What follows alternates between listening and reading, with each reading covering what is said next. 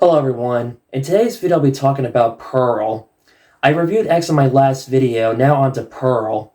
Before making this video, I made sure I rewatched Pearl for this video to give my best honest opinion and analysis, making sure it was fresh in my mind. Just like X, I did not see Pearl in the movie theaters when this movie came out, despite I was finally going back to the movie theaters when COVID was finally starting to calm down, and things were finally semi-slowly getting back to normal. But around that time, I was busy with other personal things at the time.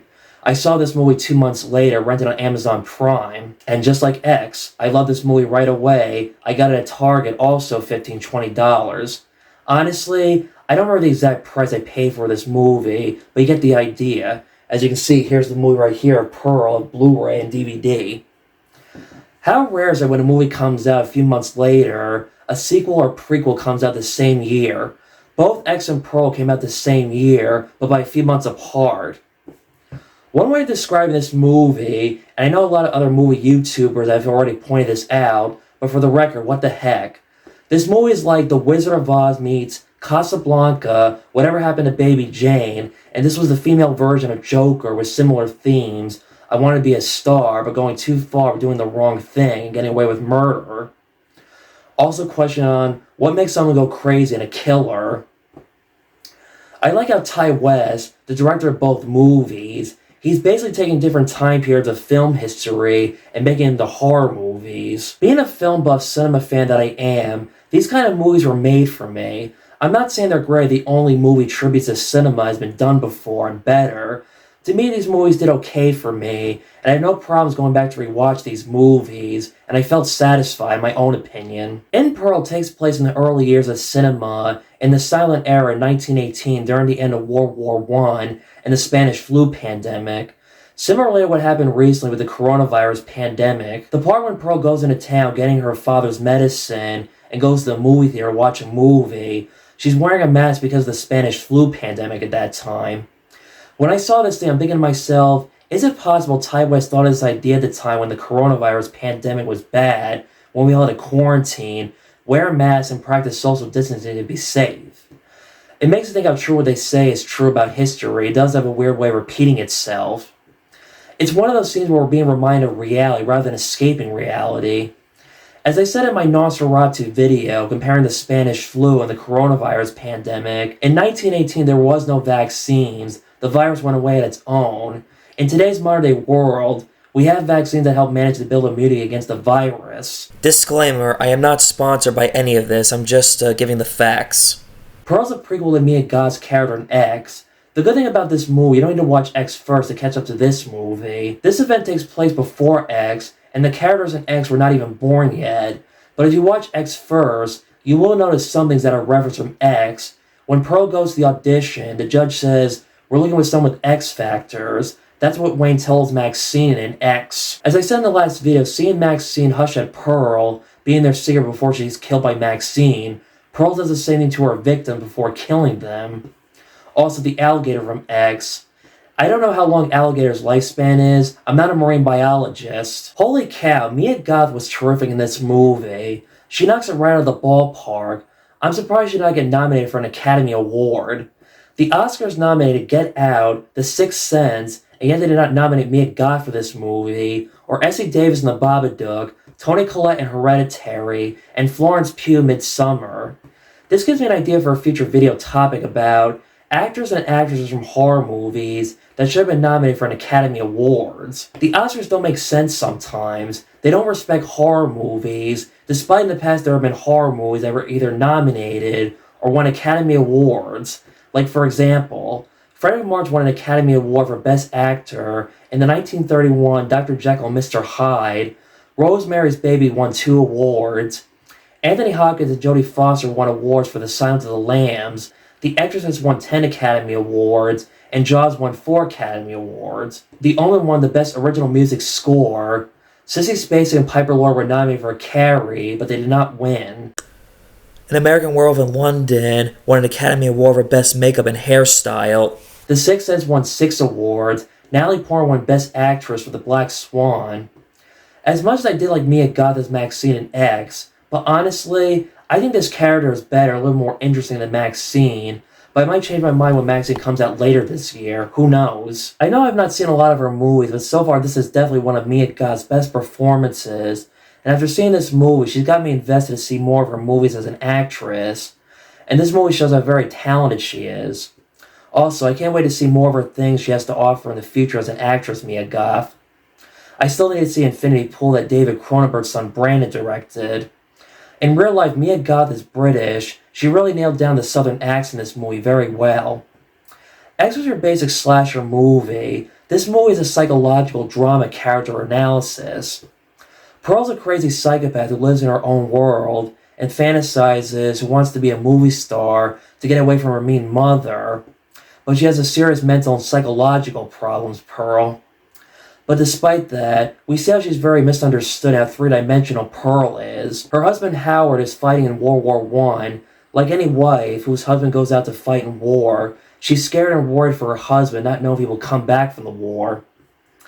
It's weird saying this, despite villains' bad motivations and evil plans, as I've gotten older in life, I've noticed how villains in movies are more interesting and well-written better than the heroes. Pearl's an example. But at the same time, killing is not a good thing. Reminder, this movie takes place in 1918, back in a time when women were only seen as housewives and being a mother, when it was rare for a woman in the family to be a breadwinner around this time period. Pearl wearing that red dress makes her look like Betty Boop and Mary Poppins as an axe murderer. When Pearl feeds her animals, if you listen closely, they're named after silent Hollywood movie stars, like one of the cows was named Charlie, named after silent comedic actor Charlie Chaplin. The alligator was named Thea, named after Thea Bara, who was an early silent film actress sex symbol in that time period in film history. It has a great opening visual of the farm, musical orchestra score with a melody feel, where we let your guard down thinking, what could possibly go wrong? Then once we see Pearl wearing an old dress, daydreaming, fantasizing being a dancer, then her mom comes in and tells her to do her chores. She kills a chick. It's like, okay, now we're getting scary. Now we're on to something. Now we see there's something wrong with Pearl.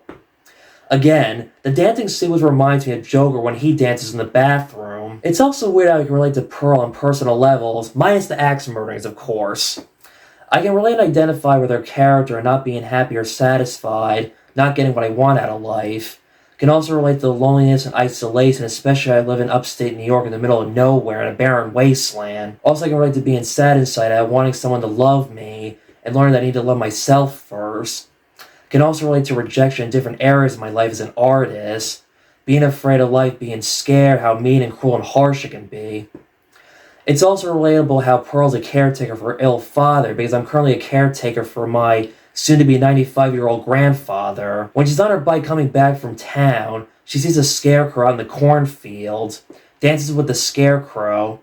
One way of describing this scene is Dorothy from The Wizard of Oz had sex with a scarecrow. She fantasized having sex with a film projectionist. Pearl shouts out, "I'm married!" But again, this is another example right here showing that no matter who you're married to, sexual fantasies never go away.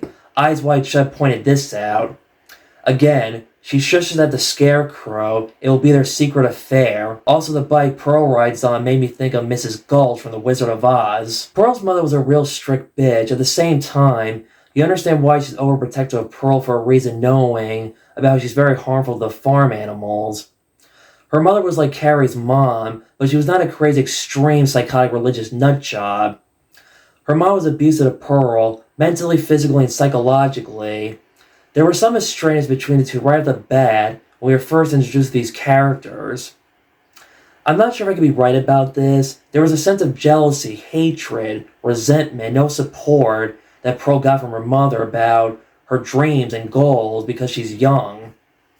Her mother resents her young youth, how her mother also never got to live for the life she wanted to, and accept the fact what her life was. The part when they were having dinner, yelling, screaming, arguing, Pearl's mother gets on fire and she kills her. Pearl's father was paralyzed, but yet he's still bright. He knows and understands what was going on.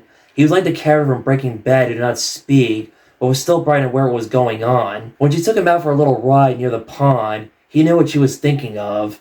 Throwing him in the pond to be eaten by Thea the alligator to put an end to her dad's suffering. Before that event, it was weird when Pearl was in the tub nude taking a bath and her father was sitting and watching her. That was awkward and disturbing.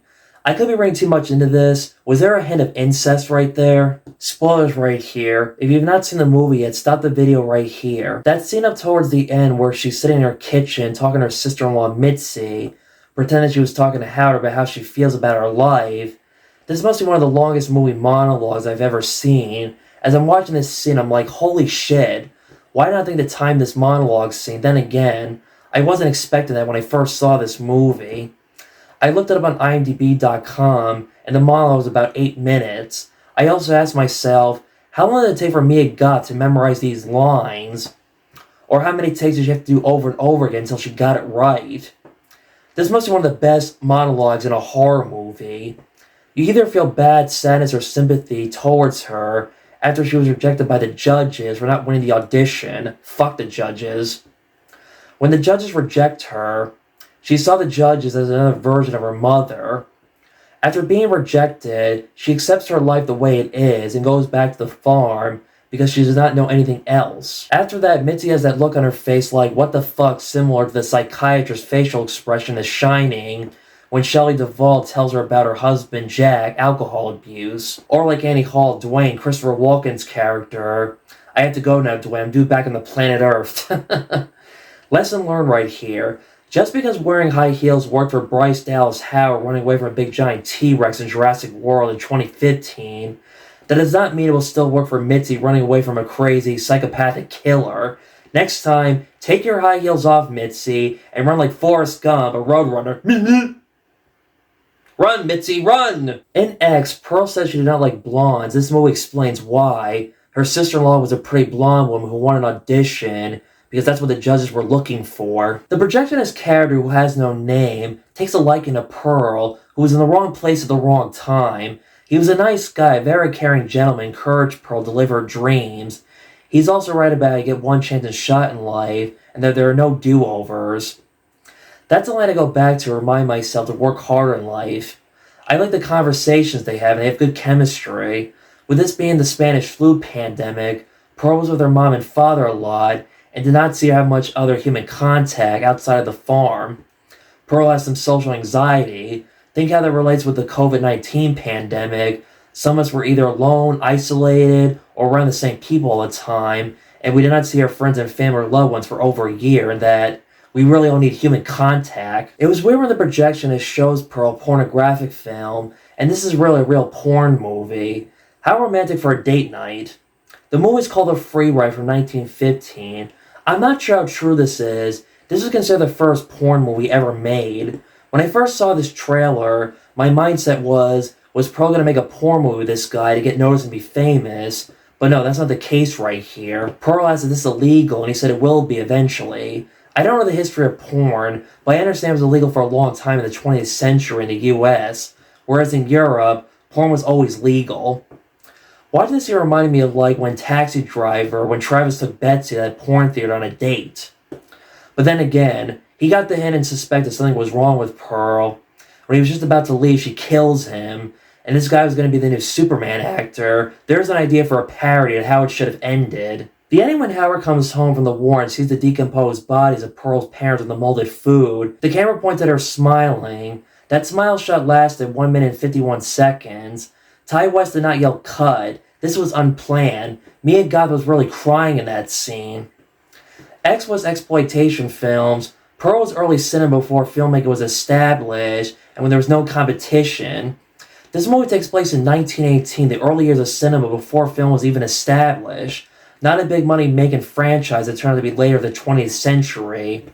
How often do you see that modern-day movies pay tribute to early classic Hollywood cinema?